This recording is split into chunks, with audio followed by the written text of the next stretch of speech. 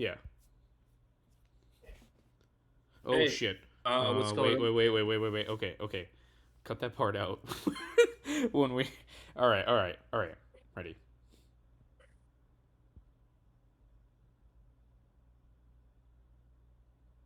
Hey, so we're back in at it. This is the long-awaited UFO tier ranking, and after a long hiatus, I think we have the energy and stomach for it.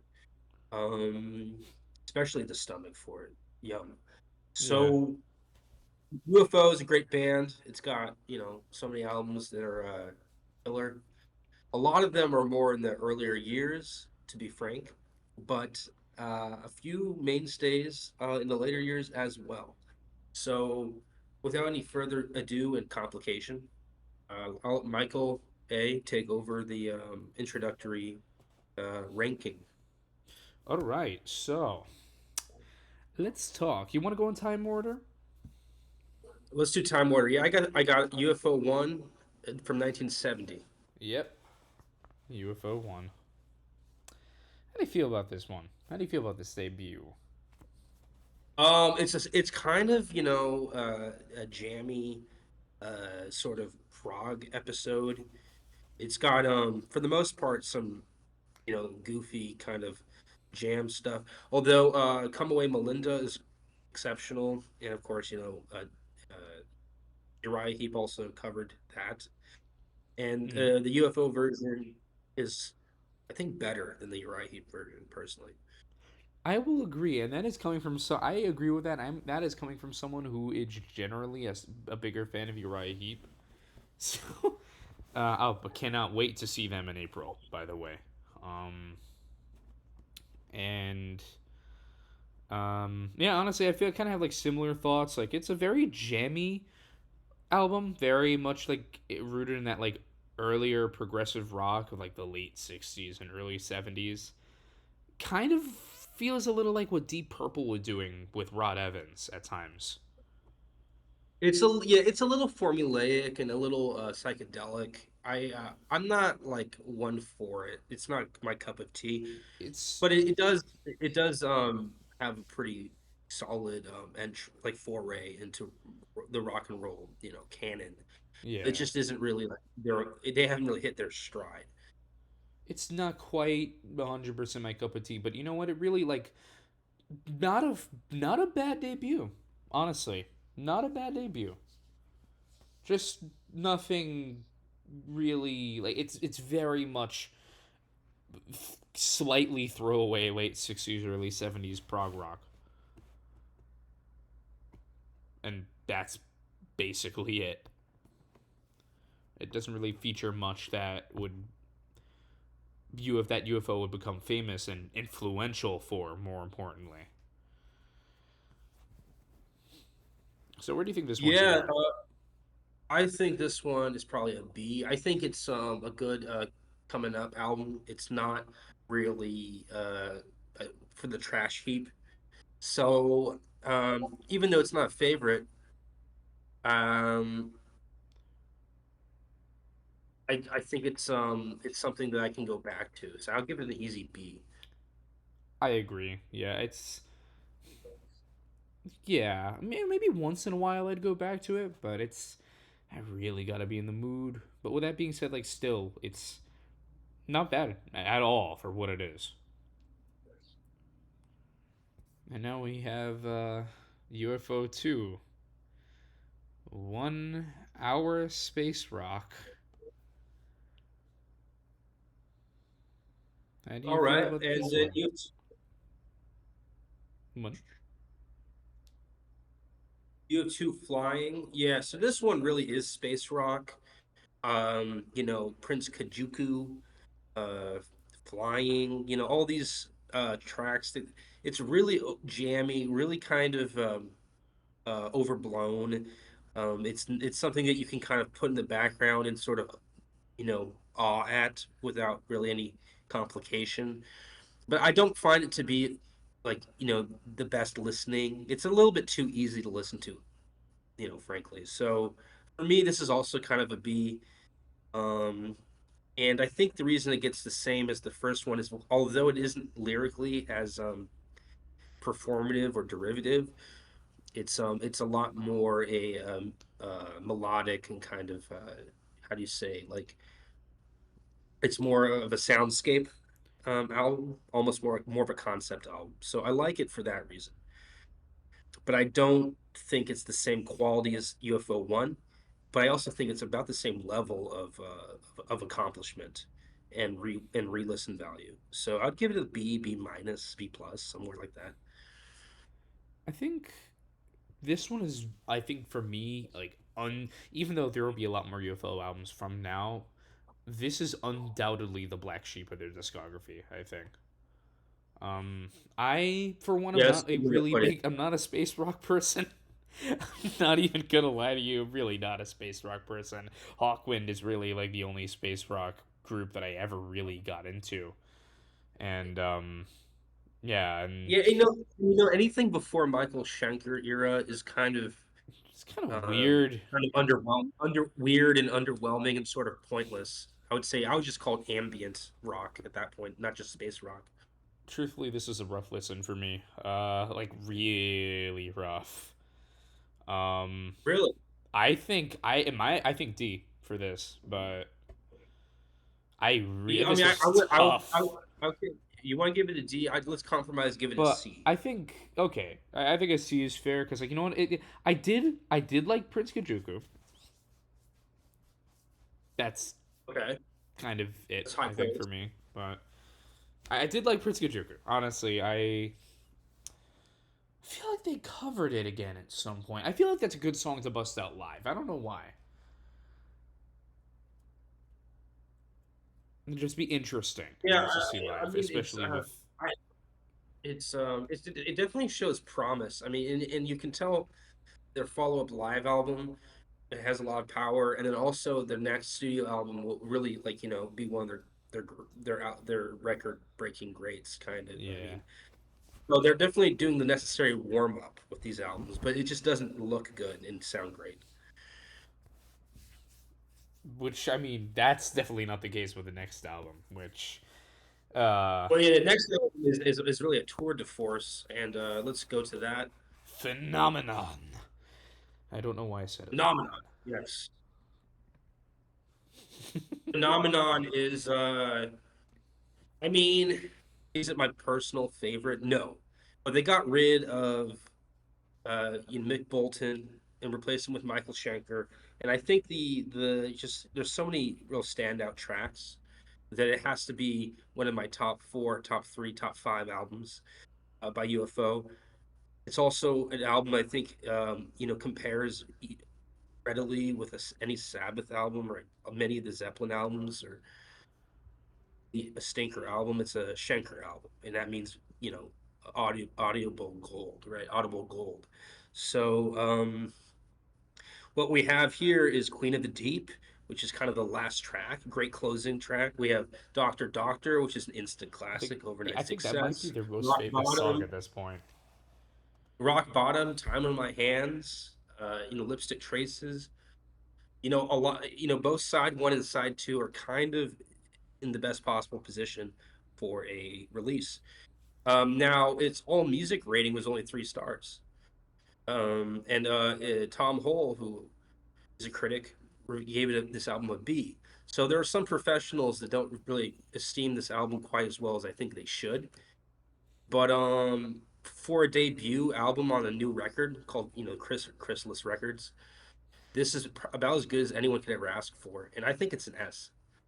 I agree. I actually agree with this. Yeah, this is an S. I think phenomenon is you can see like I feel like if Black Sabbath are like the godfathers of heavy metal, then UFO are like they're not. I'm not gonna tie them to heavy metal as much because they're very much. This is very much a hard rock record from a hard rock band. Um, I think they transitioned between they're the like the early Black 70s. Sabbath of hard rock. I think. I think so, and I think they're kind of a mid 70s group in a lot of ways. But more importantly, they kind of transition between hard rock and heavy metal because their 80s material.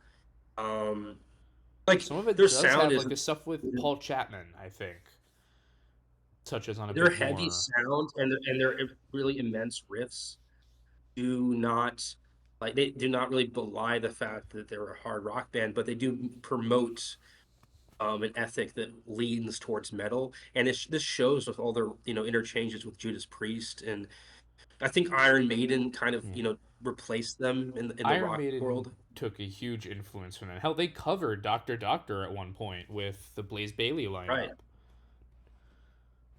Um, Yeah, it was a I mean, good cover too. Iron Maiden, Judas Priest, they both drew a lot from UFO. I think even you could plenty of bands beyond that have as well, like Metallica. But Definitely. I think UFO is a band. It's kind of the greatest band that was forgotten. It's not really a remembered band, and this is largely because it doesn't really stick to its guns. I mean, it kind of changes between hard rock and metal, and it doesn't really have a position. And it's a very rough around the edges sound. It's not exactly sophisticated music, and it's not exactly refined music, but it is very rich and compelling. By the Yeah, and way, it's bursting with I got a personality. sword in the mail just now, so that was what was knocking on the door. Someone delivered a Oh sword. yeah. But Oh, hold on. A what? A what? he delivered it. I finally got my Hema a hand and a half sword, a bastard sword, which I'm excited to unbox. Shit. But yeah, beyond that, yeah, That's I think they used hypnosis art. They recorded a phenomenon, the album in London at the Morgan Studio. Producer Leo Leons. I mean, you have an interesting combination of an interesting coincidence of contributions. Um, I don't think this is their best album, but I think it's the one that kind of is their high water mark. It's the one that people know and go to, yeah. and it's the I one mean, good reason. for good reason. I think it's really the only album that you can say immortalizes them because their other records are not as famous. Yeah, they don't. I don't think the other albums like are quite as influential. I think this is definitely like I think top three for my favorite UFO albums. I really can't decide a very specific favorite at the moment, but it's definitely up there. But definitely yes, I think it definitely deserves that. And So yeah, I mean, and again, it's between Sabbath and Zeppelin, and Deep Purple. I think it's not really in the same ballpark. I But think if they're you probably compare it to say, most comparable to Deep Purple of every band we just listed. I think if you compare Consider it to that. Deep Purple and Uriah Heep, it's very much in the ballpark. And then if Yeah. you compare it to Iron Maiden or Judas Priest as as a trio, I don't think it really is in the same ballpark. But like, it's just a matter of what you compare it to. I mean, and I think like Uriah Heep, which is the band they have the most in common with, they're kind of sort of the not the runner up, but they're sort of the third. They're in the dugout, kind of, and they're gonna bat soon. But it's just like, how do I explain? Like they're if they're on Murder Row, they're not gonna be they're gonna be Lou Gehrig, right? They're not gonna be, you know, um, uh, the Big Bambino or anything. But like, does that mean that it's a shitty band? I don't think so. I think No. UFO is a great band because they represent an era that a lot of groups cannot represent, and they do it in a style that's all their own, which is unusual. Exactly. And It's hard to really explain why UFO is important. I think why it's important is because it shows you how much variety there can be amongst, the Mount Rushmore of bands. Like you don't have to have like the crisp production value that you get with Sabbath or the immense songwriting capability you get with Zeppelin. You can get something that's sort of grittier and kind of questionable, but still rocks really heavy and is amazing music. yeah. And it's a It's also very energetic. There's a lot of vitality to UFO in the way that you kind of I only really see with the Who. So maybe that's a fair comparison. They're kind of well, like a actually later version another of. maybe a little bit kind of comparison. I mean, duh. I'm gonna make this comparison a little bit, considering Schenker, but not too far from '70s Scorpions. Scorpions either. especially considering Schenker Yeah, was on yeah. one or two albums. Rudolph is his brother. I I think the major departure from the Scorpions is that they in the 70s they were a better band than the Scorpions. I think the Scorpions really hit their heyday in the 80s, personally. I think I think some Scorpion 70 stuff is great. Taken by Force is probably my favorite Scorpions album on the whole. That or Face the Heat, but that's way later.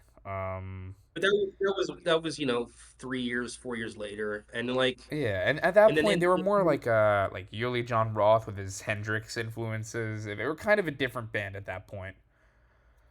they Like were when a they different were band, and they've always been a different band than UFO. And Michael Schenker's guitar playing is a lot different than Rudolf Schenker's anything.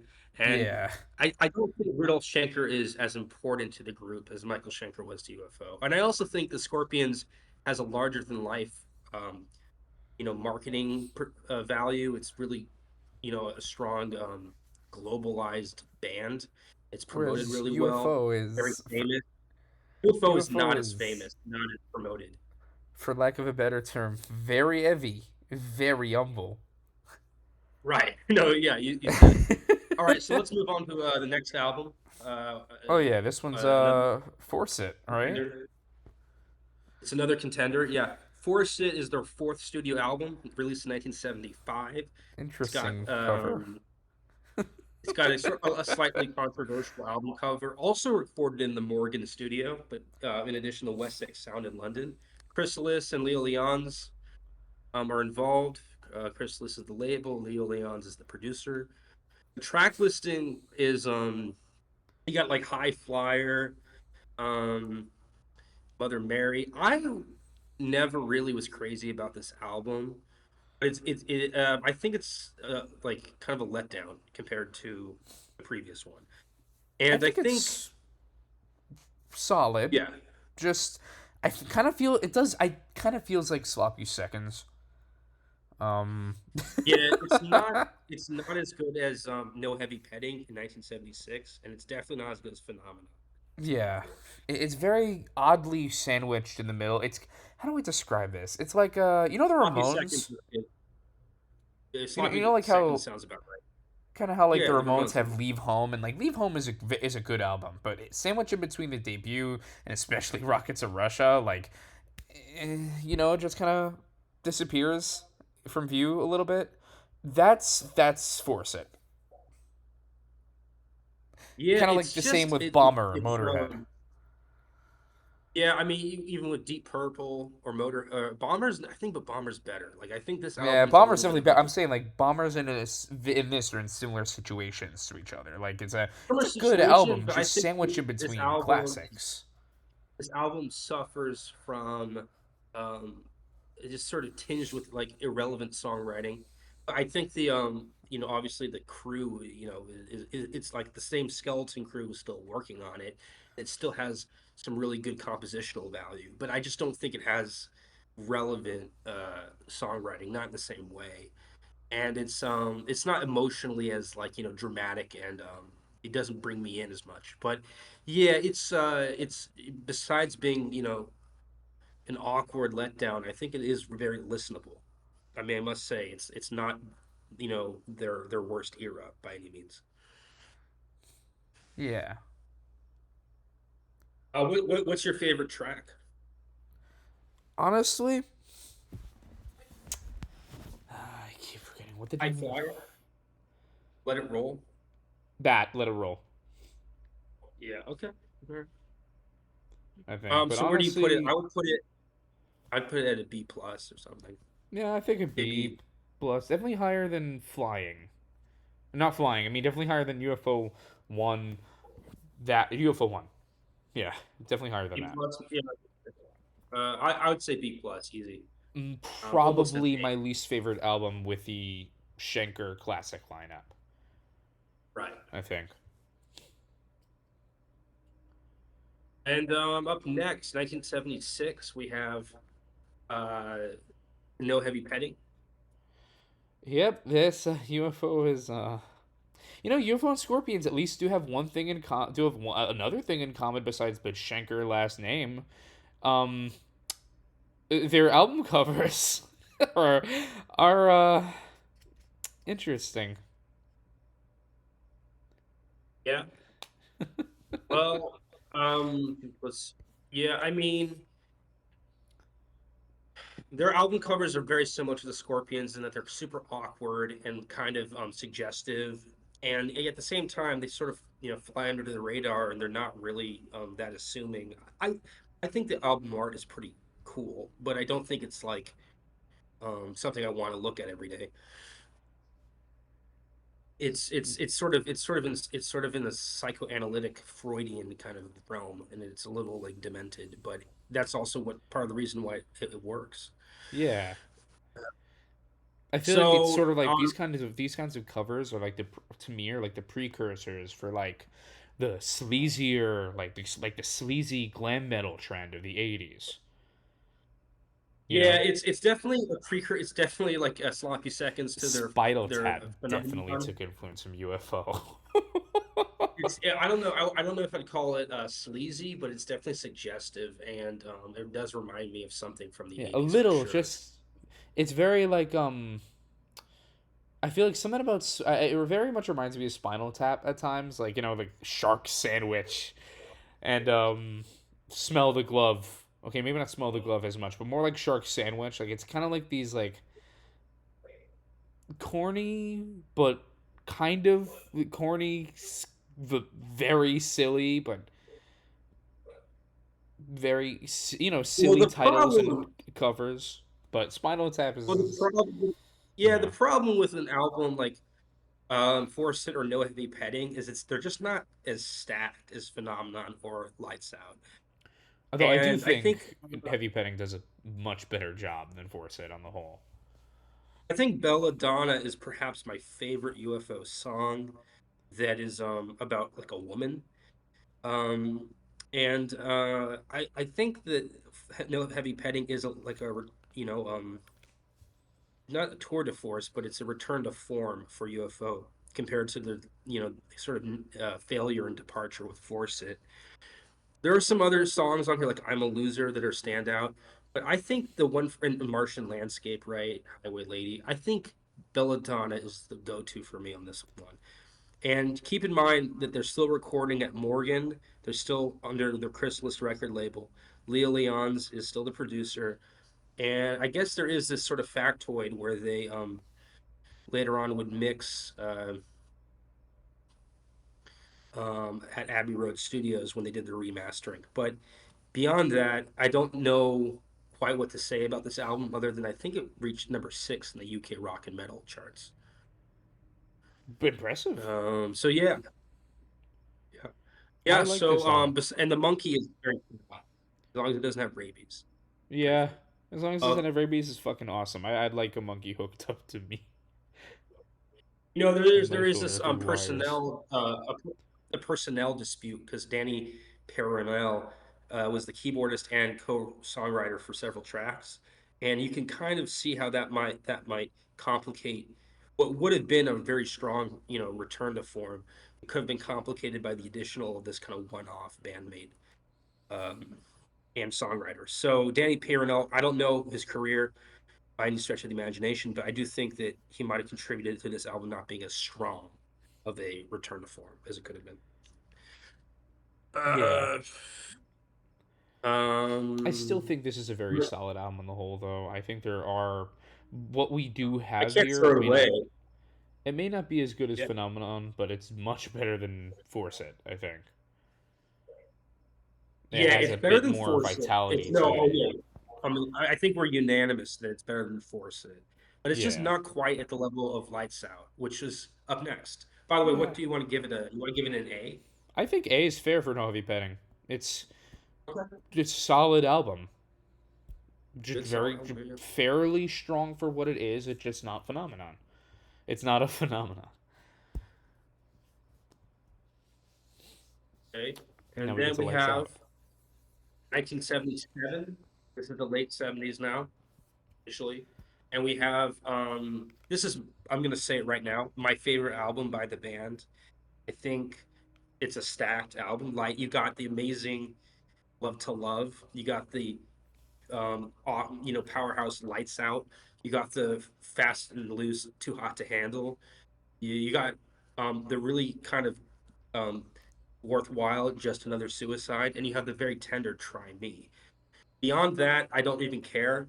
I think that those five songs are so good that this could be like in some Hall of Fame somewhere. But that's just my opinion. I think it's an S tier album. I think the Alone Again or cover is not my thing. Otherwise, I think The album this cover, album slays. It's Just the Another album Suicide is slays. I probably mean, like my single favorite UFO song if I had to pick. right. I mean, it's amazing, and the whole album is incredible. It's got the string arrangements. They have a new producer, Ron Nevison, still with And Ron Chrysalis. Nevison does an excellent job in this. This is probably one of the best sounding UFO albums on the whole, Right. like sonically. Right. I think it's one of the I think it's their true classic. I prefer it to Phenomenon. And I also think the it's more thematically consistent than any of the ones they had before. It's their most cohesive album. Yeah, I'm trying to think. Something So Ron Nevison is according to known for Wikipedia, something. there's an interview with the members of Iron Maiden who said that Love to Love is Steve Harris's favorite song. At least that's what he said. And so I agree. I think it That should be makes his favorite sense. song. That checks out. Yeah. I think it Ron should be his favorite Nevison. song. It's good. Ron Nevison produced "The Ultimate Sin" by Ozzy Osbourne in the '80s. He was he produced UFO's live album "Strangers in the Night," which Really, he did? which Oh yeah, and is that's an probably their best incredible. work. I think outside of the Oh yes, studio. that's some of the best work that you can find. Yeah, Like is the Strangers in the Night live album, that for and them is unfortunately, like yeah, really Unleashed in the review it. East to But Judas Priest for me. Like those oh two yeah, are like they're right London. up there, like royalty, live album royalty. Yeah, I know what you mean. Like Made in Japan for Deep Purple is like amazing. Oh I mean, yeah, the live at Budokan for Uriah Heep is incredible.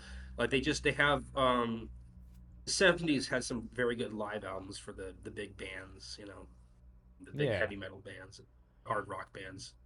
And like at this Um, point, UFO is like style, but I do find it interesting that Lights Out is this strong because at this point, UFO's style was kind of was starting. UFO's Aging. kind of style was starting to run dry. Blue Oyster Cult had moved over to Kiss Worship for Mirrors. No, Black I think you're Sabbath, absolutely right. you know, I think this is a transitional time. This is when, what they call cock rock, right? Which is this macho sort of rock music, like Nazareth or Mountain or yeah, Foghat. Like that kind of music is kind of on the wane. And UFO does a great job at kind of pulling its punches on on most of the tracks in this album, and they're kind of doing what Aerosmith would do with "Toys in the Attic," where they yeah. really kind of make the music more smooth and cool and mysterious, rather than having it kind of in your face and loud. But it still ends up being in your face and loud. They just sort of play to the best of both worlds. It's So classy, in your face, and loud. yeah, it's got more going on. It's starting to feel a little bit more like a Van Halen record, or maybe a little bit like one of the better Kiss records. It's Yeah, got kind of this late '70s sheen to it that didn't exist in the early '70s when it was more about muscle and attitude. Now it's a yeah. lot more about sophistication and polish. And But don't get me still, wrong, like you're saying, Phenomenon's freaking fantastic. I think Lights Out is its equal. I think for me. yeah, I think it's better than Obsession, the 1978 album that follows this. And Yeah, let's do you and want to give that's Lights Out? a. Oh yeah, no, I think it's without question. I thought we agreed on that already. Right. Yeah, right, of course. Okay, so we can go to Obsession, 1978. The last with Michael Schenker for a very long time, and it shows. So, so this album, I don't know if you're gonna agree, but it's their first album they didn't record in London. They recorded it in, Beverly Hills, the record plant, and some parts of LA. They're different, and they have some really strong tracks. Like it starts out with "Only You Can Rock Me," which is one of their strongest songs ever. It kind of winds down with "Cherry." and side two. I think Cherry is one of my favorite songs. Like Belladonna, I think it's sort of one of the best songs they have about a woman. Um, yeah, I think this is pretty good. This has to be A for me. This whole album. Arbory Hill is good. Hot and Ready, Pack It Up and Go. There's a lot of just strong work on here. It's not nearly as good as Lights Out, and it's not nearly as good as uh, Phenomenon, but it's kind of getting it's kind of in that realm. You know, it's just at the far reaches of the realm. It's sort of a disappointment, but a happy one nonetheless. I still think it's an A, but I can't call it an S, not with any integrity.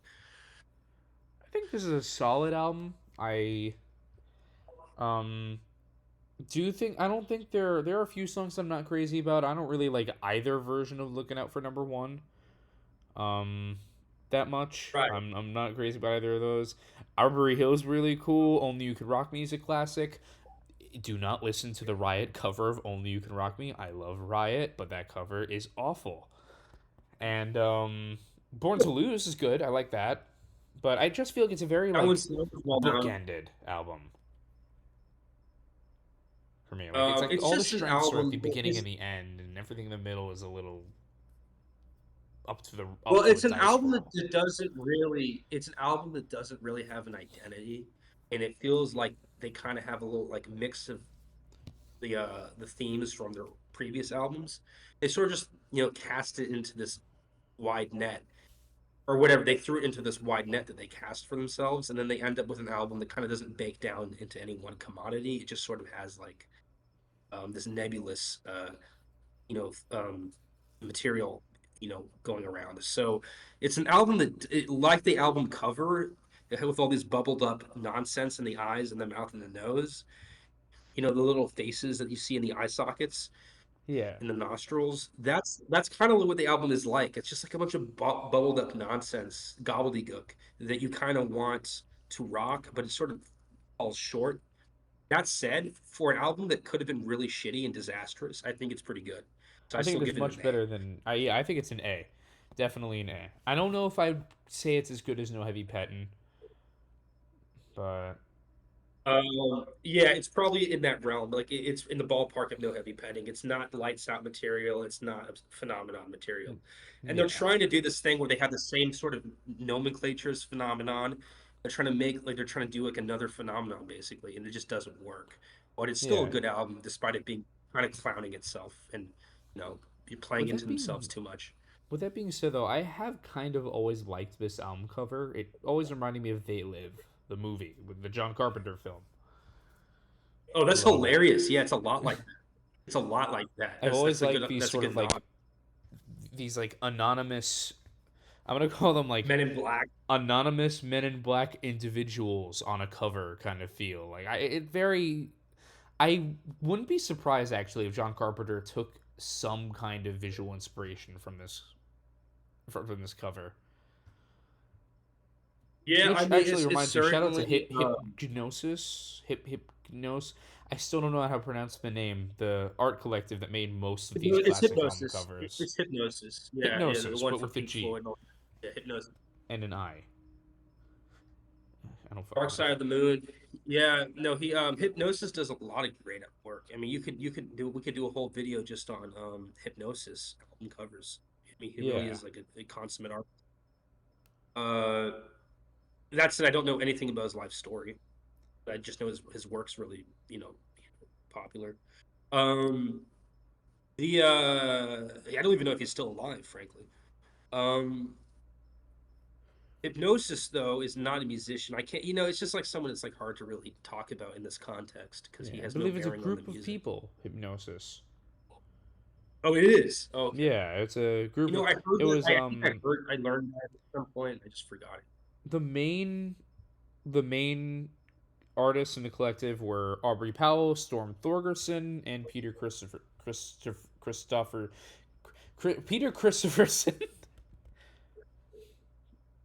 Should I open that sword right now while we're talking about hypnosis? Sure. Okay. And by the way, I just want to say that this album sadly is the last great album in the Michael Schenker era. And after this, you really don't get UFO soaring to great heights. I mean, it's just I there's a couple albums that are cool, but it's just they never really hit their stride again. I think we Maybe have like one. the Paul Raymond stuff. What? I think we have one or two coming up very soon. Okay, well we'll get into it. I mean, do you want to cover the Strangers in the Night live album from 1979, or do you want to skip it? I think we should at least briefly touch on it. It's kind of hard to, not bring up. But Strangers of the Night, Strangers of the Night. Okay, but before we get into all this stuff with Paul Chapman and shit, I'll get the sword. Wait, what? Oh yeah, yeah. I mean, this doesn't have Paul. I mean, Strangers in the Night doesn't have Paul Chapman. It does. It is the last recorded work with Michael Schenker.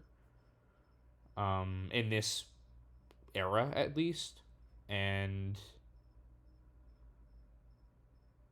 Yeah. what?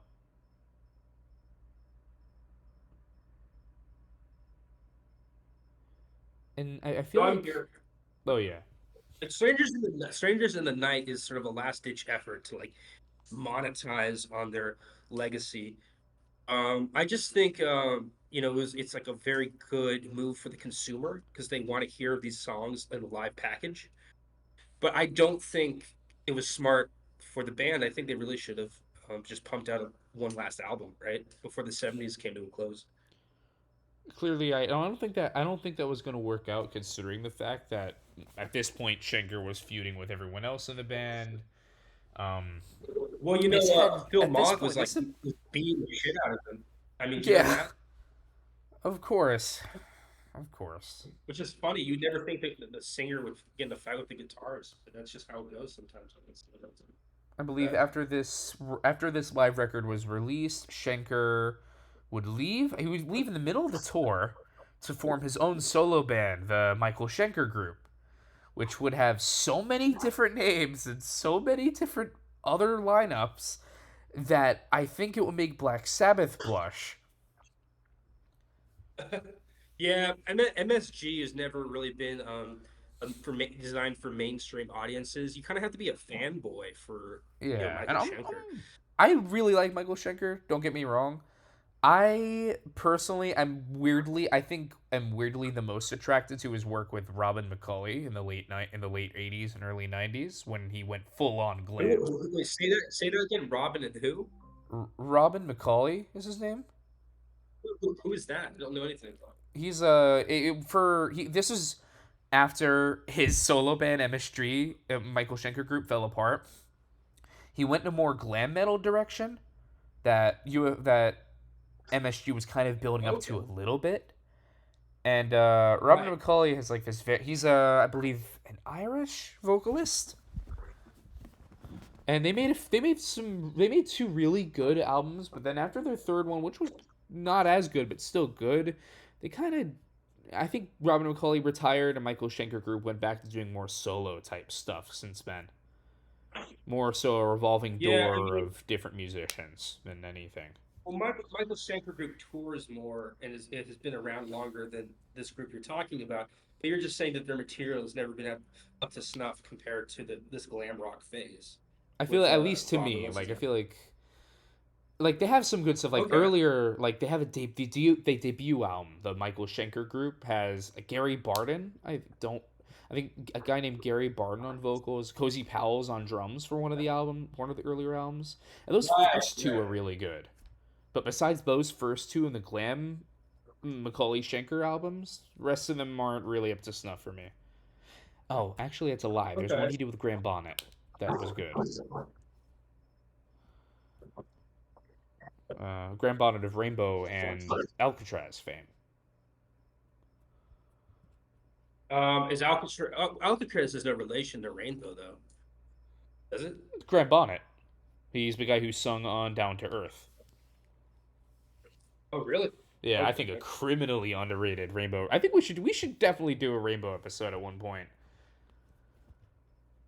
It wouldn't be like a Oh, super this is a deep dive greasy since there's sword. only like I think 8 albums in Rainbow's discography, but I think we should do one regardless. We could do that. Yeah, I mean, definitely. I think a You- follow up to the purple one, since Blackmore. Yeah, no, I was thinking that after the Deep Purple one we're gonna do following this, we could do one on Rush and Yes, like we do two at once. I mean, you know what I mean, like do two in tandem. And it might not be Rush or Yes. I mean, we could find something else like Jethro Tull or Genesis. Or take your pick, but like I was Rush, I thinking we could do definitely two at a want to time. do. I don't know if we should do Rush and Yes back to. I think Yes should be complete. We should record that completely alone, like by itself, because Yes has a yeah, Yes is a big discography, like a Or really do you want to big do? discography. You want to do maybe we could do King Crimson and Pink Floyd together? Yeah, yeah. Okay, I definitely do that. I think King. How many albums does King Crimson have with respect to Floyd? King Crimson. Let me make sure. They have 13 albums total. As opposed to Pink Floyd, we're talking studio. Right, Um, studio only. Pink Floyd has 15. 15. Yeah, that's pretty good. We could do that. I like that more than jumping into something like Rainbow, which is only eight. I think less than 10, it gets kind of dull. I mean, for that, we may as well do like a video essay instead of a podcast. We may as well just get like a bunch of footage and photos and throw them up instead and do voiceover because it's just like it's not that much material, you know. Yeah. Like do a documentary, you know what I mean? Instead of Hmm. doing like a podcast. If you want, like you want to do a rainbow documentary, we could. Or I think maybe if we don't do like a rainbow documentary, or we could do rainbow documentary. I'd be willing to do that, or even like a mini episode, since it's only like 8 albums. Either A minute, one. yeah, we could do 30 minutes. Yeah, we could do like a Yeah. 30-minute one. Yeah, sure. Uh, okay. Anyway, what was one that was also eight albums? That was it Zeppelin? Did you want to maybe we could do Zeppelin and Rainbow at the same Zeppelin. time? Yeah, Zeppelin and Rainbow back to back. I think that'd be cool. I did a Yeah. Zeppelin one solo, but I've been meaning to redo it because it wasn't really like it was like one of the first videos I did, so I just didn't have as much experience. And yeah, so anyway, so now that the intermission is over, let's get back into these albums. Paul What's Chapman's in how the are we doing band for now. time? How we doing for Paul time? Let's Chapman is in the find band. out. It's now the 80s. Next album up is No Place to Run, 1980, really. And It has been 42 minutes. okay, that's pretty good. So this one is unusual because it's 1980. They don't have Michael Schenker. They don't have Paul. They now have Paul Chapman, like Yeah, you said, he's and they have formerly of their Lone studios Star, are I believe, with there's Lone Star. future Uriah Heep vocalist John Sloman from that band as well. Another crossover. So unusual connection. I mean, Uriah Heep is probably the band that's most similar to UFO, so that's a I good mean, isn't that connection. the law of Um, 70s and 80s hard rock, heavy metal? There's so many weird ass connections that it basically forms a tangled web. well, yeah, there's always like a like some sort of bullshit band that connects like two really great bands, and you have to like listen to their work, and you realize that like, oh yeah, they actually do have merit and talent and Yeah. worthiness, but like overall, like you want to listen to UFO and Uriah Heep, you don't want to listen to what you call toe fat or whatever. What would you call it? Lone Star, Lone Lone Star, Star. Lone Lone Star. Stars. Yeah, I I don't can't really want say to that listen to without Lone thinking of Star. Spaceballs anymore, so. The only reason I would listen to Lone Star is because I know that Paul Chapman was in Lone Star. You know what I mean? And the Yeah. guy who ended up Oh, being in the worst version of Uriah Heep you could imagine. yeah, But it's pretty like good. Yeah. the messiest Uriah Heep album. Yeah, right. What the hell? I I mean, still don't know what Conquest more was. I interesting than Twisted Name or whatever from Saxon, which I kind of like. But wait, which was one? what was that one? It was Destiny. What was the one by Saxon that was just a shit show? Like the one in the late '80s, or is that Uriah Heep where it went all the shit? They had like it just got Uh, shredded up because they changed their record label. I think That could they go left for you in like I mind. think both of them. Saxon did have Yeah, Destiny, they did. but I think Destiny, honestly, for the circumstances that happened in the production of Destiny, Destiny was, Destiny is far better than I could have expected. yeah, it was kind of a You're right. miracle He in the album, meantime but had Raging Silence, which is I think their worst album in a yeah, so you're discography right. of It was just like a conquest. pitfall. Okay, Saxon actually kept it together. That's good to know. Yeah, and Um, also another funny thing, John Sloman from Lone Star and that one Uriah well, I'll album. tell you, man. He I'll was in was what was on it my. called? Praying Mantis also, and then he left after Oh, three that's cool. songs. Isn't Praying Mantis? And they're not Japanese, but they're big in Japan. And Yeah, Praying they're Mantis. a How many new wave albums of have British been? heavy metal band that kind of they made one album, fizzled out in the '80s, and then randomly came back fairly popular in Japan in the '90s, and transitioned to like hard rock tinged with power metal at times. Right. They're a Okay. very they're my gateway band into everything else. So into like and they're not heavy metal anymore, definitely not. But they were my gateway band, so I just like to connect things back to them a lot. They have a stupid amount of connections too, but that's another story. I might do a This sword, by the way, is going to documentary on them. slice through all this Gordian knot of back in the B-roll we're doing right now. All this nonsense we're talking about that no one cares about. This sword is going to slice through all of it and get us back to where we need to be, Oh which yeah, is it's no place to slicing run. right through it. No place to run. No Place to Run is George Martin from the Beatles produced this, so you would expect it to be kind of like a heavyweight album. Turns out it's sort of mid all the way through. Take It or Yeah, Leave It's pretty good. Young Blood's pretty good. Um, Letting Go, I think. I mean, there are some chilled out rock grooving out their songs on this album, but it's not like you know, a tour de force. Or it's not creme de la creme either. The collector's guide to heavy metal gives it a 10 out of 10. I imagine they reviewed this back some years ago when it was a more relevant, rock album. I can't for the life of me understand why anyone would listen to No Place to Run, except for the fact that the album cover is probably one of the best UFO ones that we've seen. yeah, but I mean, I think this album's fine. I think it's not a good enough. I don't think it's a I good will enough say introduction to. I think Paul Chapman is a much better guitarist than this album lets on. It's very basic. it's a very basic, sort of even keeled, no risks taken whatsoever album. It It's is kind of in the force heart of it the if punk. it were even more insanely They're trying to kind mediocre. of write more like they're trying to write more like ballads and ditties that appeal to like the punk rock generation. But for my money, I'd rather listen to Saxon's Destiny, which I actually do listen to every once in a while just to feel something new. And that album Destiny is a lot better than No Place to Run. I just hate to say it. But yeah, I mean, it's still like a cool seeming album. It's got some, you know, chic qualities to it. I like the subway in the background. Is that a subway or is that a Yeah. gas station? Oh, Uh, it's a gas. yeah, it's a gas station, but it sure does look like a subway, doesn't it?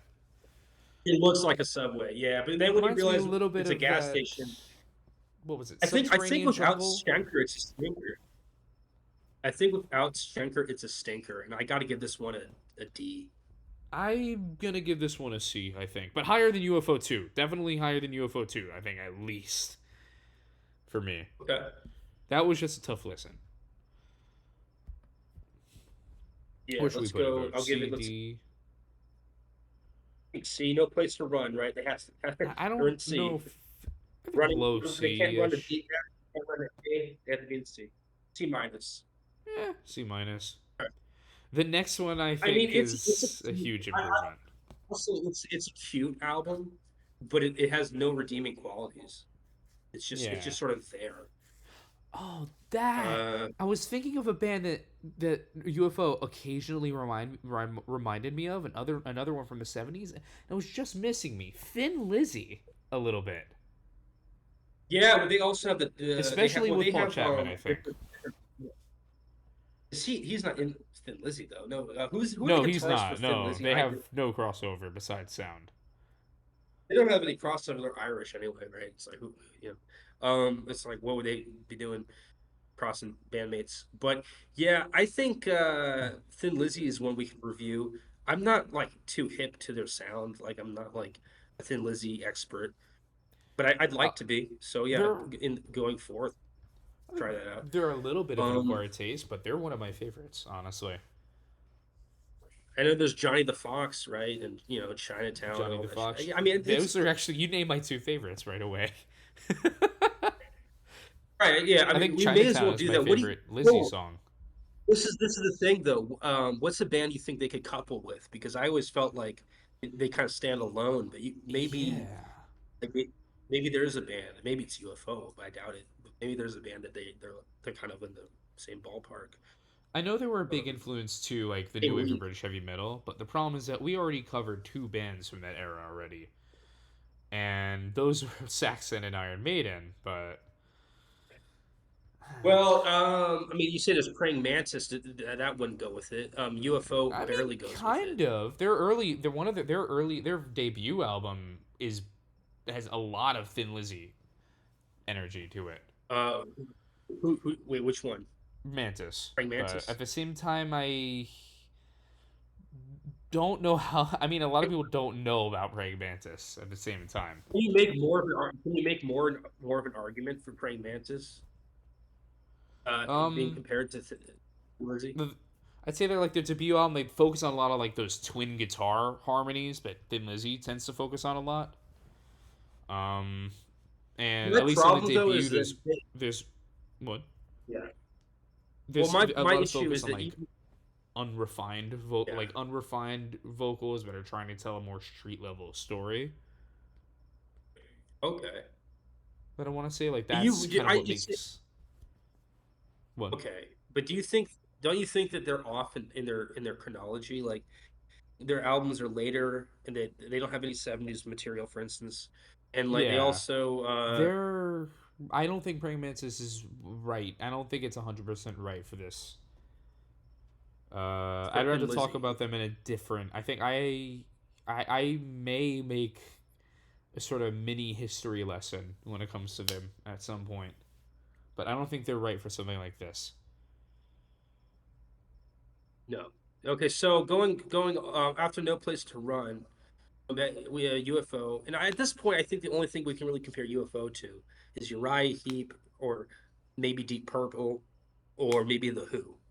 Those I are the only think bands that really kind of relate to it. I think this And next up next, we have the Wild, the Willing, and the Innocent, which is also early 1980s album. It's January 1981. Previous one was No Place to Run, and that was January 1980. So they're doing it a year apart, pretty good. Um, Now they have Paul Chapman on this, is just the same as before. And unfortunately, I don't. I've listened to this album a lot in the last several months. I got it. I hate to say it, it's not impressive. Uh, I would give it a C. I actually think this one's a huge You improvement know, over No Place to Run. In fact, I think this is probably I think Phenomenon and Lights Out are probably my top two. Like I don't know which one I like more. I maybe lean. No, I can't even say anything definitively. This you is want to actually give it a my third. B? I mean, I don't like the title track. I remember being good, The Wild, the Willing, and the Innocent. I remember it being pretty good. Profession of Violence was kind of fun. I don't recall it being amazing though. You know what I mean? I wasn't hitting the same high notes for me and soaring like Icarus to the sun, like Lights Out was. So I I think don't it know, just has dude. a different vibe to it. It's very. It's this one is the It's most starting to feel Lizzie-ish. it's definitely Lizzie-ish, yeah. Um, I actually think it's actually a better album than Lizzie's Refugee, which came out, I believe, the same year, that was kind of like their one like kind of weird album post their last after their first two, and I just feel like UFO made a shocking. Oh, there's also a new keyboardist on here too. I forgot to mention that. Neil Carter from a band called Wild Horses replaced Paul Raymond, who joined Schenker in his solo project.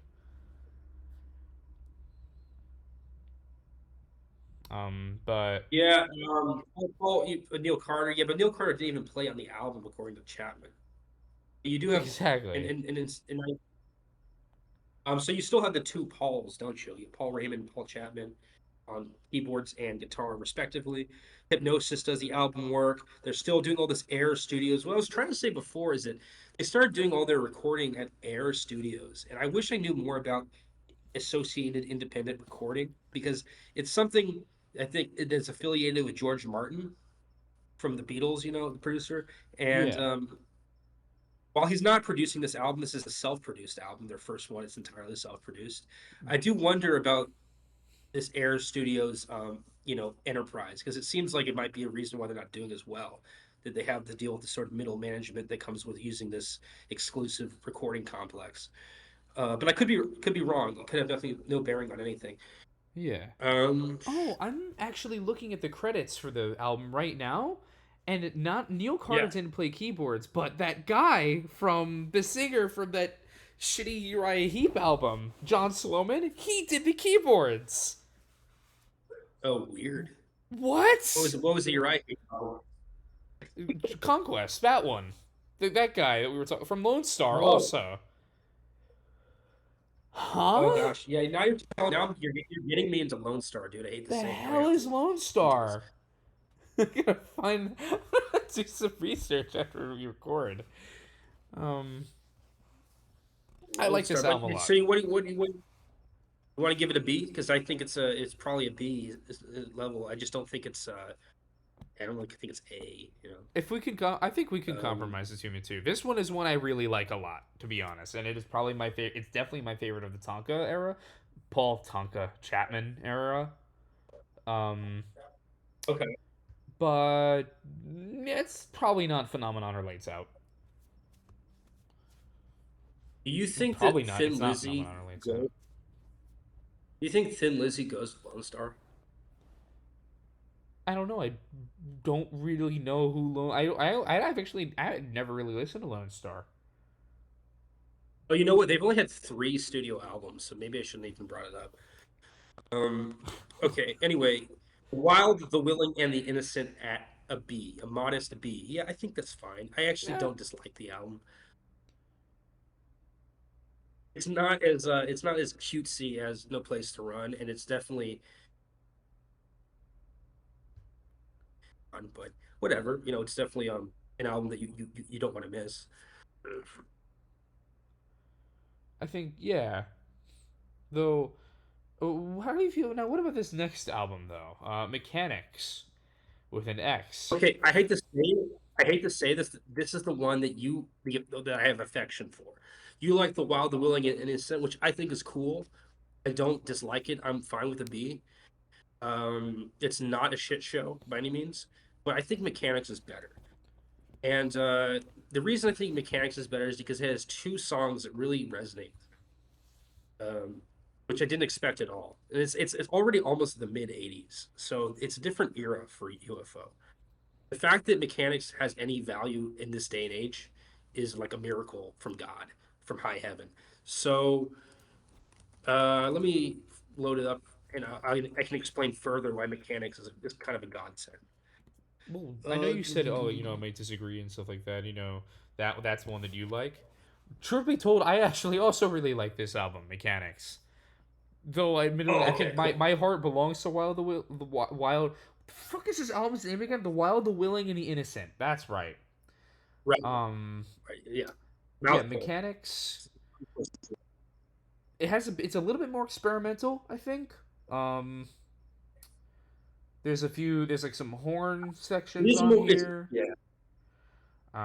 I really It's just like, pared down. They're kind of doing a Chicago thing. You're right. but like a heavier, But like the I guitar think tone on here is pretty great. I think. I think they pull it off. I think it's better than Chicago in a lot of ways. And I think the writer is the first track on the album side one The is Writer an is my instant favorite classic. song outside of the Schenker era, I think. Even though I said Wild Yeah, the Willing I and the would say Innocent's it's pretty great on the whole, like The Writer I think is better than the whole album. right. The writer is a very, I am the writer, I am the news. If you fuck with me, you'll get abused or whatever. Or I make the rules, like that's the confidence and swagger that the writer has is such like a journalist's, it's like a perfect journalist song. And the lyrics are very unashamed and sort of in your face and kind of wild and out and Yeah. self-controlled. Let It Rain is not great, but Terry is a good song. It is a very tender song about a woman. It's another one of those UFO songs where it's about a woman, and I think it's really good. It's kind of like Cherry, or it's kind of like Belladonna or Queen of the Deep. Um, I think Terry's got to be the reason why I think this album ultimately is better than The Wild, the Willing, and the Innocent. But the writer is probably, the main example. Yeah, the writer is kind of like, without the writer, this album would suck, I think. And I think I think Terry it's a little bit of a makes it Crusader above situation. everything. I think Right, like right. Yeah. It's side kind of one, it's kind of I resting on like its immediate. all of side one, just a lot, like so well. Side two, outside of Terry and maybe We Belong to the Night, I think the rest of it is a little just not bad, just it's not great Either either. way, no, it's not. I mean, the album's not amazing, but it's a lot better than so many of the average albums by UFO. And I think it really represents a high point in this particular post Schenker era. Gary Leons is the producer, which to me sounds like a relative or perhaps brother of Leo Leons, who was the earlier producer. So maybe there's something going on there, some magic. But blood is deeper, or whatever they think. Blood Yeah, is thicker than water. I wonder if we could figure out who Gary Leons is and who Leo Leons is, because I'm it actually looking might through be. his stuff now. He has a lot of produced Lone Star. He produced Lone Star. Oh wow, okay. Is it any relation to Leo Leons? I'm trying to find out actually. Gary Leon's And Leo of course, Paul Leon's. Chapman and Pete Way on bass, and while you're looking this up, there's a lot Don't of think touring there's any around in Asia. relation. No, okay, no. Oh, funny, It's just the just same name. funny. It's It's just just like, funny. yeah, Um. okay. Oh, he also produced Asia, the a band band Asia, called Nuts with a Z. So that's something. right? Well, apparently, according to Wikipedia, there's the adverts would say have a tagline. It's like mechanics. It will tighten your nuts, which Oh, is a very perfect. funny tagline for this That's album. So, very UFO. because I think it does kind of, I think it very UFO, right? Yeah, especially the material that's not really represented on this album, let's say, but still, definitely UFO. And I think this album is one that is just can remind us how much passion this outfit can really showcase. And yeah, I think it's an A. What do you I think? agree. I think it's an A. Oh, this is also the last one with Pete Way for after the tour for this album. Pete Way left The to bass player, join right? Fast Eddie Who you Clark and joined? Fastway. Pete Way left. Yeah, Pete Way Okay, left UFO. to join Fastway And of with. course, the bass player is always like the death knell. When the bass player leaves, it's like the death knell for a band. Especially a band that's like kind of has good bass. Yeah, Pete Way And is up next, the Making big one, I Contact. think. I think Making Contact. I don't even know if I was able to listen to this one actually, but This one. it, I don't remember it having any standouts at all. Yeah, this is straight up my Did least you listen favorite to UFO it? album. Misdemeanor, Making Contact, Ain't Misbehaving. I couldn't even find a lot of these on the internet. High Stakes and Dangerous Men. I could only get to Walk on Water. So there were several albums. Covenant, yeah, I got to Covenant. I got to. There's a lot that I kind of missed. Um, so do you want to call this a part one and then save part two for later? Oh, what for the UFO? Or UFO? Yeah, because I swear it was like six albums I didn't get to see at least Okay, because they weren't available on like my listening service. okay. Then you know what? Yeah, let's just call I this a will part say one. that what? Which we could just call Yeah, this a it's part one called then. part. Fitting, Yeah, where because how are making we for? right now we're for this episode we're roughly 1 hour and 5 minutes in. Oh, Yeah, that's yep, one pretty hour and good. 5 minutes I in. mean, I wish we had more to say. All I can say is that the album art for the next few albums, Ain't Misbehaving, Misdemeanor, these 80s albums, making content, I really like the album art. So personally, I think that's gonna be a good sign once I power through them. Because I think it's a the good album sign art for is the covers, but I think it's fitting that we good. if we split this in two parts because it's a uh, I'm gonna be honest. I think making contact's we the still have beginning to, of the end. well, we still have to do the beginning of the end. Yeah, it's gonna fall off pretty quick, won't it? But like Fall off the hard. sound, I know for a fact that the sound won't be the same because Michael Schenker's gone, Pete Way is gone. You have Yep, different and this one's people the there. one You coming know, up is the last one with Tonka with Paul Chapman. yeah, it's getting kind of gross. They're changing left and right their members, and also the producers aren't the same. They still have Chrysalis for a while. When do they leave Yeah. Chrysalis? Do they? Yeah, Probably. I don't by the think time they Chrysalis get to Eight exists anymore. Misbehaving, by the time they get to Eight Misbehaving in 1988, which is their release, it was recorded in '87. At Eight Misbehaving, they don't even use Chrysalis; they use FM/Revolver. Yeah, and then eventually So I think they we'll see. move over to Zero and Castle, Shrapnel Records, and I And think yeah, they're and on they have this. They Steamhammer have now. they end up having this increased association with Wild Horses, which is a band that was not active for very long, from 78 to 81 or thereabout. So I think that we're going to see a lot of drop off in quality, or at least inconsistencies, and sort of half baked efforts to kind of maintain a steady sound.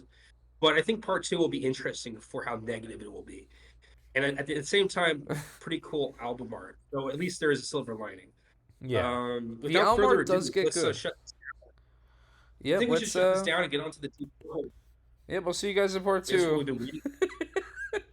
Yeah, over and out. Deep Purple is up next. Hopefully, we don't have to do Yep, two parts for that. Sorry. it's Deep Purple time.